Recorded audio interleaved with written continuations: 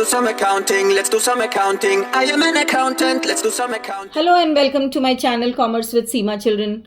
So to continue the retirement and to continue with the loan account which I am telling you with the help of different videos, मैंने आपको videos बना के दी जिसमें आपको बताया कि लोन अकाउंट में सेटलमेंट ऑफ रिटायरिंग पार्टनर कैसे होगा, फाइनल सेटलमेंट, राइट.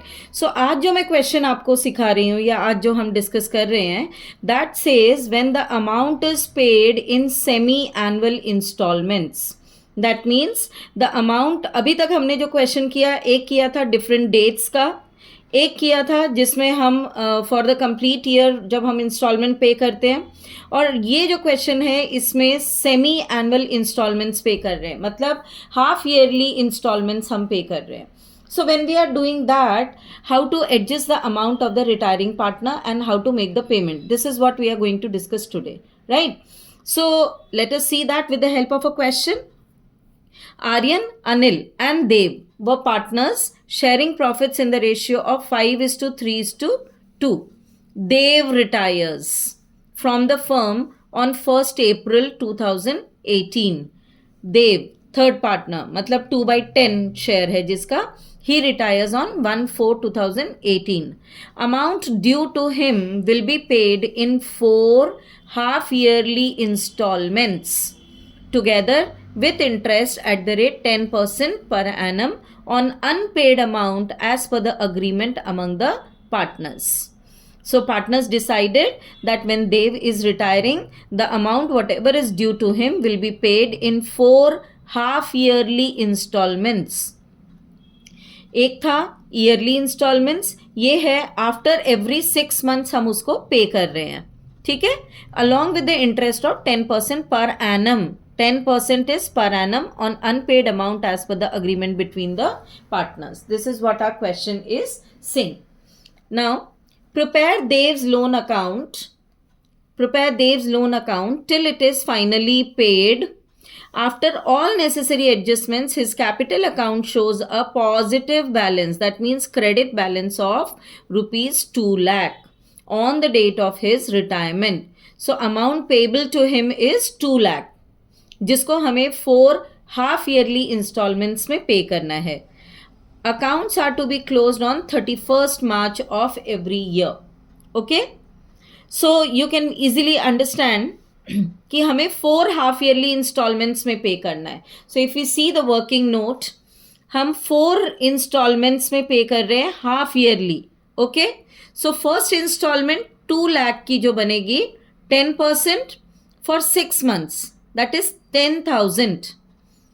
अब 2 लाख की पेमेंट हम कर रहे हैं 4 इंस्टॉलमेंट्स में, that means how much is the principal amount?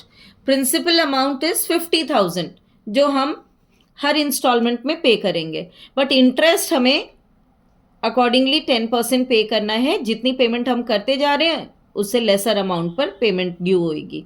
Okay, सो 2 लाख के ऊपर 10,000 का इंटरेस्ट बन गया. ऑलराइट, ये बना सितंबर 30 तक. सितंबर 30 तक का इंटरेस्ट बना 10,000, right. 50,000 principal amount and 10,000 is the interest. तो इंटरेस्ट ड्यू हो गया सितंबर 30, 6 months के बाद. So accordingly we have shown this. Okay, अब सितंबर 30 के बाद सेकेंड इंटरेस्ट ड्यू होता है 31st March को. तो आप 1 साल के अंदर की अकाउंट सेटलमेंट दिखा रहे हैं, बट पेमेंट ड्यू आप दोनों दिखा रहे हो. सितंबर 30 को फर्स्ट इंस्टॉलमेंट ड्यू हुई, March 31 को after 6 months second instalment due हुई.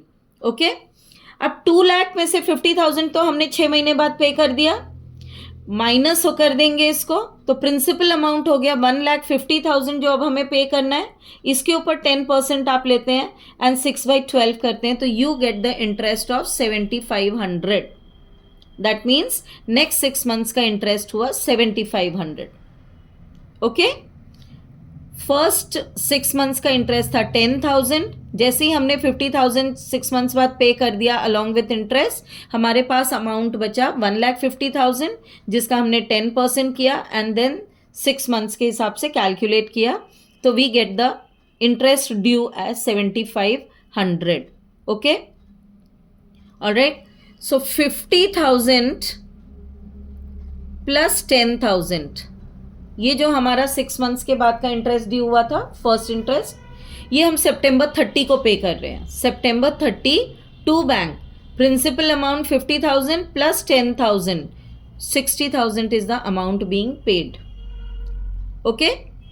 नेक्स्ट इंटरेस्ट हमारा ड्यू हुआ था 7,500.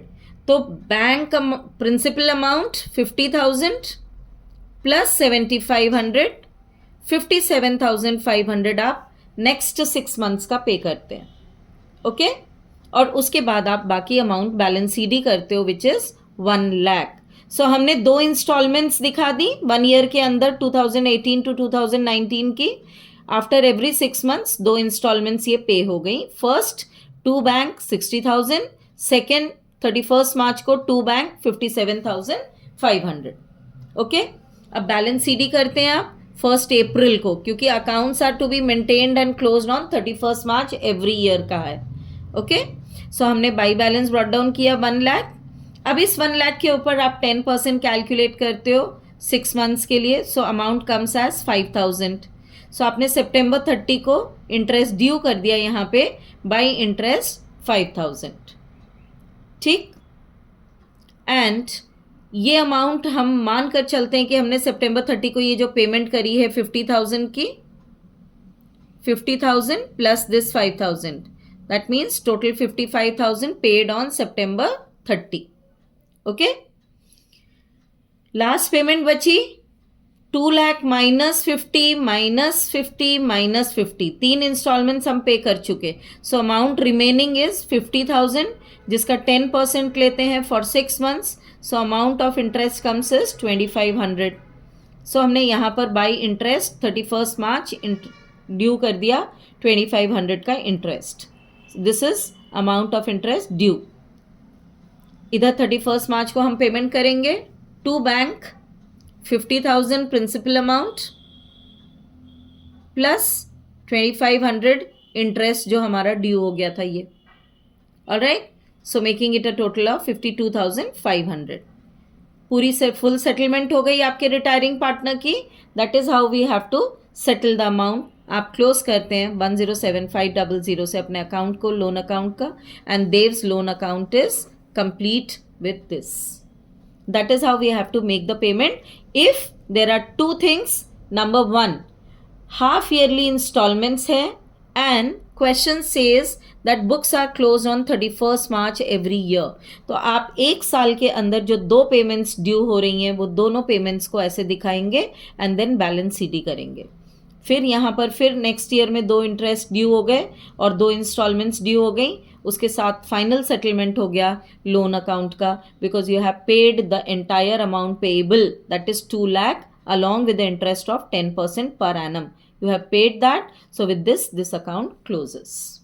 Okay. That's how we make the payment. अब ये कौन सा हमने अकाउंट किया है? हमने किया लोन अकाउंट जिसमें सेमी एनुअल इंस्टॉलमेंट्स पे हम पेमेंट करते हैं. That means half yearly instalments are being paid. Okay. So loan account is clear. All type of loan account has been covered up by me.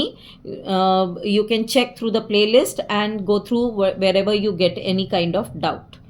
So now in the next video, I will take up capital adjustment of retiring partner. Capital adjustment topic I'll be taking, which is very interesting. Admission जितना tough नहीं है, but हाँ बहुत simple भी नहीं है. Okay. So we'll take this topic and we will complete it within 3 videos we can complete that. Alright. उसके साथ हमारा रिटायरमेंट कंप्लीट होगा, फिर हम डिसोल्यूशन की तरफ बढ़ेंगे. So thank you for watching children. If in case any doubts are there, you can just post it in the comment section. I will be happy to reply you back. Thank you.